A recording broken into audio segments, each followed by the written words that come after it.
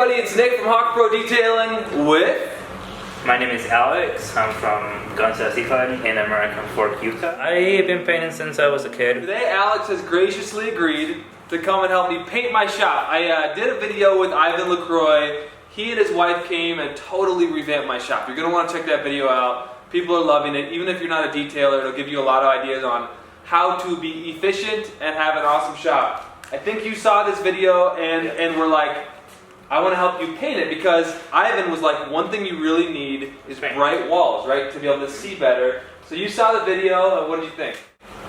I thought it was awesome that he even came down just to help you out with it, you know? Yeah, it was cool. Yeah, and since I like to paint too, I just messaged you. How I like to start is by using the broom like around the walls where we're gonna paint. I guess I didn't get everything. And then taping the floor with a 2-inch tape. And we're also going to use this. So that's just a basic roller. Could I get that at Walmart or a paint store? Yeah, you can actually get it at the Home Depot. That's where I got it from. But this is for a 18 to 24-inch roller. So you put the roller right here. You tighten all up, and then you just go to town. I mean, I brought that bucket too, so we should be done in like a few hours. We got the Nova White, which is got a little bit of gray because you don't want so bright. Okay, Dr. Alex, what are you doing with the roller? So the roller here. Oh, that looks nice. That's why you get a roller.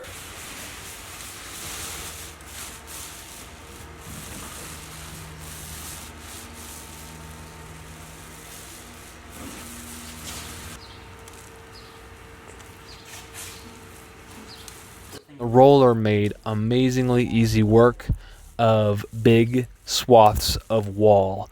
I will note that we did a couple of coats. Pretty forgiving paint. I didn't notice a lot of what I would call on a coating job high spots, but I'm sure you painters out there know better. We just started going wall to wall to wall. Thank you. Up on the ladder, on the wall, on doors. I was having a great time. We were blasting music, and it was actually a lot easier than I thought. Okay, you guys, this is unpainted, this is painted. Looking awesome, right? We're not going for showroom quality. What we are going for is presentable, nice. We're not sweating the little details. This isn't a coating job for someone's Ferrari. It is just to make the shop presentable. Look at that nasty parchment. Look at that clear white. Woo! Look at that white over there too. That was actually on this wall, and it just looks so much better. Now you can actually do coatings right there if you get some like light fixtures to screw right on the wall. What do you think? I just kind of made the gut decision to paint those cords. Do you think that looks good? If you can do another coat, yeah, it will look very nice. We need one more coat. Yeah, painting these cords, and again, I'm the worst, I'm the brand new painter who knows nothing, but you can still see some yellow coming through there. Yeah. You can see the metal underneath, so Alex is saying another coat. I think we'll get to these doors eventually. Oh, yeah. And again, it's like, I'll tell you what I'm not so worried about. Some of this stuff up into here, you know, going for perfection on that metal. It's not about the perfection, it's about a bright space, right? Yes. And the customer's not going to notice that. They pretty much just want their car to look good. It's kind of like that first impression sort of thing. Yes, they would just be here, you know, drop off the car, pick it up. They're not even gonna notice the rest. So with the paintbrush, we did little lines on doors like the edge work, and then the roller was really easy for flat panels of the door. Alex had suggested we do the doors a different color, and I was like, hey man, you're here today, we've got the day. Let's just get everything that's grimy the same color, and I can worry about finessing this stuff later. Like I said, it doesn't have to be perfect. This grimy wall, definitely rolling it up. You can see the big difference in color there. Off to the left where you can see that big pipe looking thing that was for, I think, my gas dryer that my HVAC guy put in. That's the only wall we didn't paint. I've got a bunch of chemicals on that wall, and it was getting late in the day, so I figured, we're good. But you can just see like the difference in color on the right hand side of your screen, and then obviously where my roller is compared to what it looked like before. I will say there's like a therapeutic nature to this, and it's incredibly simple, which again, I'm guessing most of y'all already know. So I'd encourage you, if you've got a garage or a shop that you think could use a coat of paint, all in all, between the roller and the 5 gallons and the brush and some of this tape that we just took off, I think I spent like $170, which wasn't bad considering I thought maybe it would be more.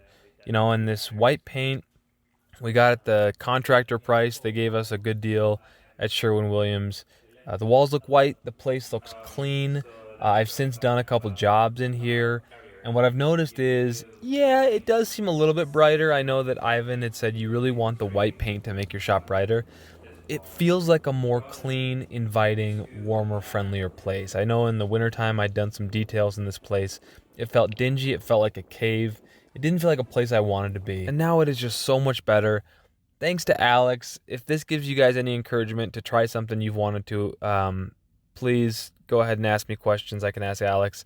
If you're just going to make fun of me for how little I know about common sense things, that's fair too, but we all have to start somewhere, right?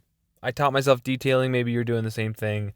And maybe folks like me are good at detailing, but didn't know how to paint something. And so this is basic stuff. But go out there, get out of your comfort zone. I'm sure there's better YouTube videos than this. And if folks are watching this video and want to learn more about paint correction, check out this video. It's about microfiber pads. Are they safe? Kind of a basic paint correction 101 for folks who are just starting out.